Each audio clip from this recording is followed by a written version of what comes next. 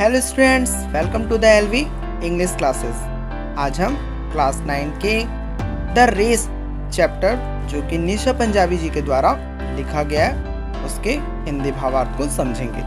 तो आइए हम पाठ का सारांश देखते हैं। तरुण एक औसत दर्जे का छात्र था और वह एक अच्छा गायक, नर्तक, चित्रकार, यहाँ तक कि एक अच्छा अभिनेता नहीं था।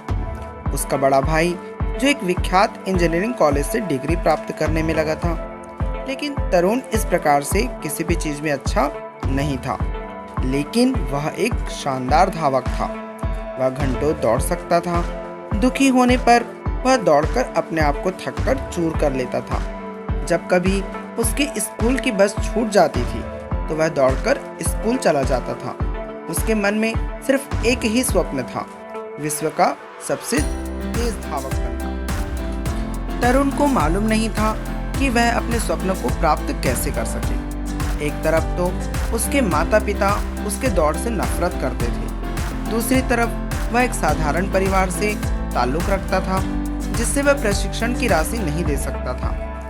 जब तरुण सत्रांत परीक्षा में अनुत्तीर्ण हो गया तो उसके पिता उससे बहुत क्रोधित हो गए। वह एक दिन था जिसे वह अपनी जिंदगी से मिटा देना चाहता था। वह पार्क के चारों ओर दौड़ा और वह क्रोध से जल रहा था। 1 घंटे के बाद वह पूरी तरह से थक गया था और उसका क्रोध कुछ कम हुआ। अचानक उसने एक आवाज सुनी, यह क्या है पुत्र? तरुण अपने बाएं तरफ देखा और वहां एक 60 वर्ष का व्यक्ति बैठा था। तरुण निराशा भरी आवाज में उत्तर दिया। वह व्यक्ति तरुण को समझाते हुए अपना नाम रामनारायण बताया, जो 1960 के ओलंपिक में दौड़ में मेडल प्राप्त किया था। उसने तरुण के दौड़ की तारीफ की।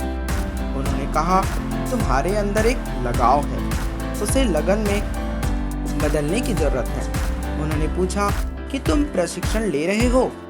तरुण बेरोजगार था, इसलिए वह प्रशिक्षण राशि न होने की बात कहता है। रामनारायण कुछ गंभीर प्रतीत हुए। मैं तुम्हें प्रशिक्षण दे सकता हूँ यदि तुम चाहो, लेकिन मेरी एक शर्त है। नेहरू स्टेडियम में बाल दिवस के अवसर पर एक दौड़ का आयोजन किया गया है। यदि तुम उस दौड़ को जीत जाते हो तो तुम्हें प्रशिक्षण अवश्य दूंगा। रामनारायण ने कहा। तरुण ने विश्वास के साथ हामी भर दी। दूसरे दिन आशा की एक नई किरण आई। तरुण जल्दी उठा और विस्तृत जानकारी के लिए स्टेडियम चला गया। तरुण प्रतिदिन सुबह 4 बजे उठता और 10 मील तक दौड़ लगाता। शाम के समय 1000 मीटर प्रतिस्पर्धा हेतु निर्धारित दूरी के अनुसार अपनी दौड़ को पूरा करता था। वह चाहता था कि हर चीज परिपूर्ण हो।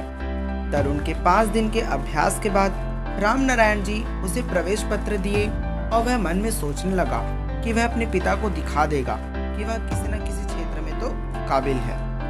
अब 14 नवंबर आ गया। अपनी माँ का आशीर्वाद लेने के बाद तरुण साइकिल से स्टेडियम पहुंचा। वहां एक बहुत बड़ी भीड़ अंदर जाने के लिए इंतजार कर रही थी। तरुण कार्यालय में गया। अंदर में लगभग 50 प्रतिस्पर्धी दौड़ के शुरू होने का इंतजार कर रहे थे। रामनारायण तरुण को आशीर्वाद और शुभकामना देते हैं। सभी प्रतिस्पर्धी कतारबद्ध हो गए। प्रत्येक के परिवार के सदस्य और दोस्त उनके लिए जोश देने के लिए आए थे। तरुण ने भी अपनी माँ को वहां देखा। अब जो डर था वह आत्मविश्वास में बदल गया था। सीटी बजी और सभी प्रतिस्पर्धी अपनी ताकत से दौड़ लगा रहे थे। अपने आप को सबसे आगे देखकर तरुण को अपने आप पर बहुत गर्व हुआ। दौड़ वाले पथ पर एक उथली जगह थी। चूंकि तरुण तेज दौड़ रहा था, उसने उस पर ध्यान नहीं दिया और फिसलकर गिर गया। वह आज हारना नहीं चाहता था, इसलिए बिना सेकंड गवाए वह उठा और एक बार फिर दौड़ लगाया। लेकिन भाग्य कुछ ऐसा था कि वह फिर से फिसल गया। वह भीड़ में अपनी माँ की ओर देखा, जो कुछ कह रही थी। अतः तरुण पुनः उठा। फिर से उसने कई लड़कों को पीछे कर दिया। चूंकि वह अपने क्रोध की दशा में बेचैन था, वह फिर से तीसरी बार गिर गया। उसकी आंखों में आंसू आ गए। वह सोचने लगा कि कैसे प्रशिक्षण ले पाऊंगा और कैसे धावक सिद्ध हो पाऊंगा। वह अपनी नजरों को दर्शक दीर्घा की ओर किया। तब उसे कहीं से रामनारायण जी के चिल्लाने की आवाज दी, उठो तरुण, दौड़ो। और फिर वह तीसरी बार उठा और दौड़ा। और अपनी पूरी ताकत के साथ दौड़ा। पूरी भीड़ पवन की तारीफ की जो दौड़ जीत चुका था। सभी ने तरुण की भी खूब तारीफ की जो साहस के साथ आखिरी पंक्ति पार की। वह शर्मा से सिर झुकाए रामनारायण से क्षमा मांगा। रामनारायण ने क्षमा किया और प्रशिक्षण में आने को कहा। तरुण को अपने कानों पर विश्वास नहीं हुआ। उसकी आंखों में पुनः आंसू थे। वह अपनी माँ के लिए जिसने उसे आलिंगन किया था। वह मुस्कुराया और कहा, तुम विश्व की सबसे अच्छी माँ हो। Thanks for watching.